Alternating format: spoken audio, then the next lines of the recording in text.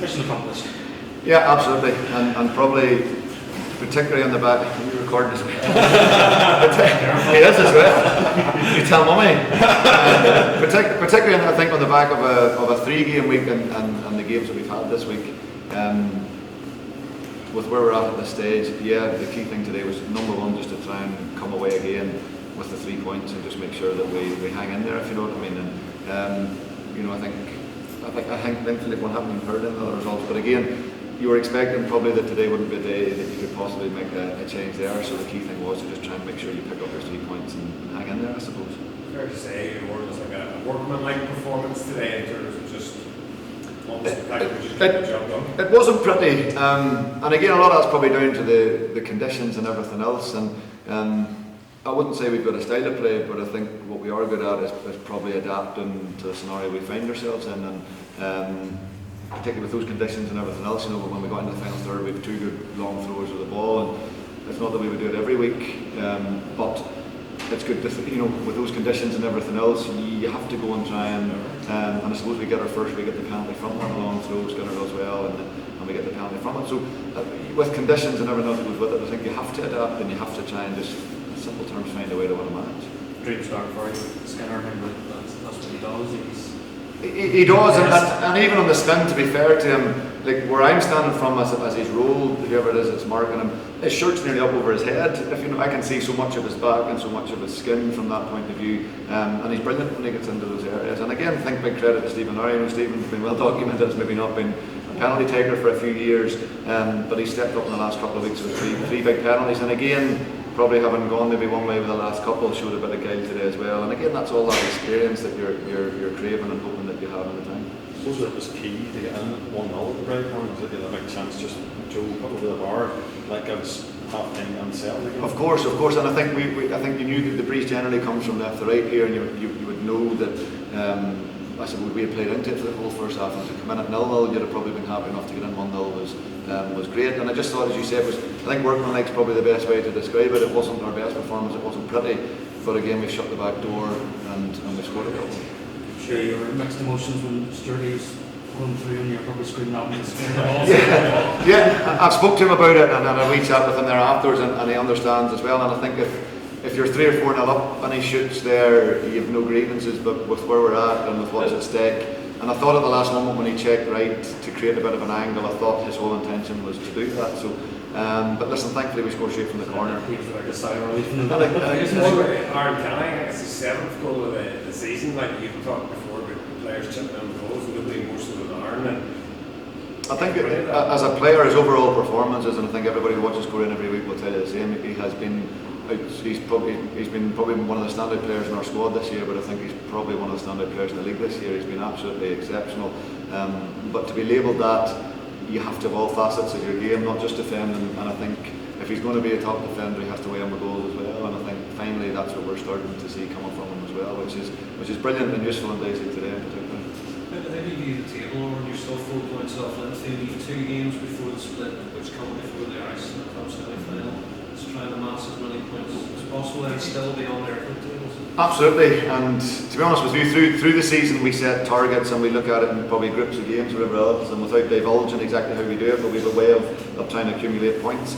And then about 3 or 4 weeks ago we literally have just scrapped that. And it's win your next game, and that's pretty much where the targets are at this point in time. And the key thing is, as you say, we have to, you know, it's Linfield are in pole position at this point in time, and for us, all that we can do, you know, there's no point coming in and hearing that Linfield have drawn or dropped points or whatever else, and us not picked up points. So the key thing for us is, what we can do is just keep winning games and trying to make sure that we keep picking up 3 points, and what will be on the other side. Please take them up, right? Yeah, really good, and probably we put the brakes on him on Tuesday night. He was probably ready maybe last, at a push could have probably made the Larne game, easily could have probably come off the bench in the game midweek, but purposely have just put the absolute brakes on him, and today was chomping at the bit to start. But in the same stretch, I only wanted to probably get 25-30 minutes into him today, just to try and make sure that rehab is completed correctly. So, but listen, massive players waiting with a lot of goals and assists for us this season, and the key thing is, and I said it to Ben, when we get him back, we need him back for good for the rest of the season. There's no point rushing him back, doing something silly, and him being out for another couple of weeks. So it's important that we make sure. And again, probably the same with Skinner. Skinner wasn't ideally delighted today about coming off in typical Skinner form. But with the injury he's been through again, it was one of those games we're coming into saying, with the load that he's had this week, having just come back from 2 or 3 weeks out, the maximum I was going to give him was 60-65. So hopefully by Tuesday night he'll calm again. He's sticking to me. Next week then, Dungannon. Dungannon at home next week. Yeah. 4 each today they finished. What's that? Who are they playing today? 1 point. 1 point. Well.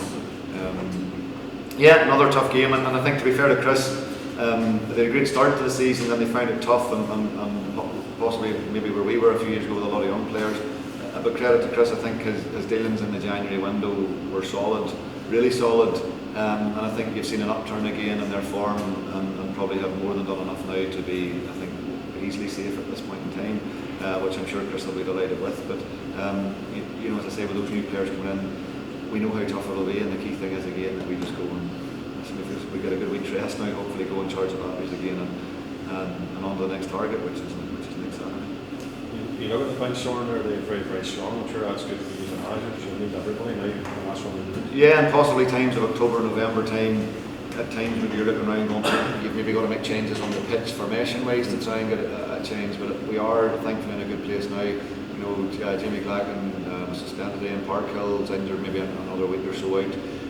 So we've got players there as well that can come in and strengthen that again. So as you say, the key thing is now in the running to make sure you have that choice that you want there. You picked yourself a wee bit that's gone so well for you since you've come home again? You don't really. You're zoomed in the whole time that it probably would only be at the end of a season where you maybe analyse and zoom out and jump up above something to say, right, you know, what was that like? But the minute you're just caught in the middle of it, I don't know. It's like already your head's on Tuesday, Thursday, and thoughts are on Dungannon next week. If you know what I mean, there's no thoughts on anything else, and you do get consumed probably by the whole thing. But since you've asked that question, yes, it's been. You know, I have to give. You know, the players have been absolutely top notch, and there's no other way to describe it. The guys who've been there before with me, the guys who haven't and who have arrived in new to, and the signings that we made, like Jarvis, who came in the summer, Nixon and Curtis as well. You know, they've had a profound effect on the changing room and around the place, and we just keep. You know, the key thing is we just want to try and keep that level of momentum. Look, are you not asking a question? What would you like to know? What was your question? No, go on, ask one question. I'll let you ask one question. What score will be against Dungannon? Ask questions like that. Ask what we get for tea tonight. Chicken. Thank you, Dolly. Cheers. Thank you very much. Cheers.